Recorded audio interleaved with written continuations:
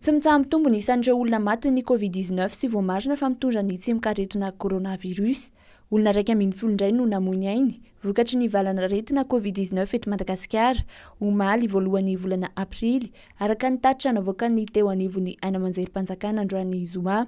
Ny 5 amin'izy ireo dia avy eto Analamanga, ny 3 avy any amin'ny faritra Boeny, ny iray avy any amin'ny faritra Antsinanana, ny iray avy any Analanjorofo ary ny iray hafa avy any Sofia. 4,700 no izany ireo namoy ainy hatramin'ny idiran'ny VALANARETINA teto Madagasikara.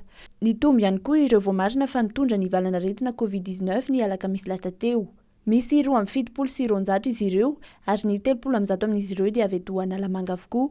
Ny 13 avy any Antsinanana, ny 20 avy any Diana, ny 20 avy any Alaotramangoro, ny 3 avy any Madagasikara ambony, ny 7 avy any Boeny, ny 1,10 avy any Sava, ny 4,10 avy any Atsimo andrefana, ny iray avy any Menabe, ny iray avy any amin'ny faritra Amoron'ny, ny 20 avy any Analanjorofo, ny 18 avy any amin'ny faritra Anosy, ny 2 avy any Atsimo Antsinanana ary ny iray hafa avy any Sofia.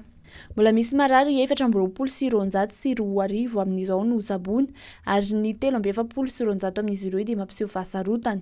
Raha totaly dia miisa 7,704 ireo efa nitondra sy mbola mitondra ny aretina COVID-19 teto Madagasikara nanomboka ny 20 Martsa 2020 hatramin'ny voalohan'ny volana Aprily 2020 ary 302 ireo efa sitrana. Nanao fanambarana ny Pfizer sy ny Biontech fa Mandaitra 100% ary matohatra ny endrika vaovaon'ny coronavirus avy any Afrika Atsimo ny vaksiny nambaran'izy ireo. Tamin'ireo olona 700 nanaova ny andrana farany teo dia 5 ihany no nahitana ny tsimokaretina coronavirus ary avy amin'ireo mpandray anjara tsy natao vaksiny avokoa fa mody nolazaina hoe natao vaksiny ireto olona 9 narary ireto. Milaza zany ho ireto laboratoara ireto fa Mandaitra 100% ary matohitra ilay endrika vaovao avy any Afrika Atsimo ilay vaksiny. Raha amin'ny COVID-19 amin'ny ankapobeny indray dia mahatratra 1,73 ny fandaran'ity vaksiny ity.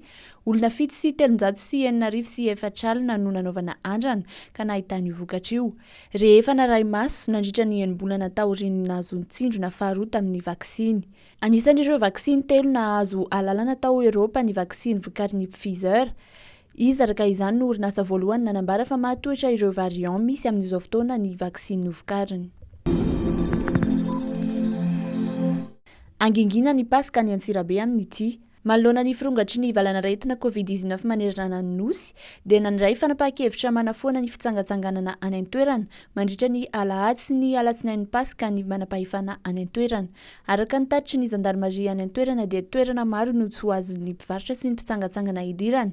Anisan'izany ny ao amin'ny fary Andraikiba, ny fary any Tritriva, ny Parc de l'Est, ny manodidina sy ny manoloana ny gara, ny espace Paskita Andranomafana, ny manodidina ny tanàna Antsirabe, ny any bypass sy Andranomanelatra sy ireo toerana fitsangatsanganana rehetra. Tsy hisy ihany koa ny trano eva fivarotana zava-pihinanana sy zava-pisotro. Hosavaina avokoa ireo fiara niainga avy any amin'ny faritra nahitana trangana-retina betsaka. Hosavaina ihany koa ny mpandeha rehetra anaty fiara. Voafetra tsy oatra ny 200 ny olona manatrika ny lanonana samihafa karakaraina any amin'ny faritra. Tsy maintsy mihidy amin'ny 7 alina avokoa ireo trano fisotroana rehetra. No amafisiny avy eo amin'ny zandarmaria ny vakina karatra ihany koa fa tsy hisy mihitsy ny fanomezan-dalana manokana avy amin'ny prefektiora.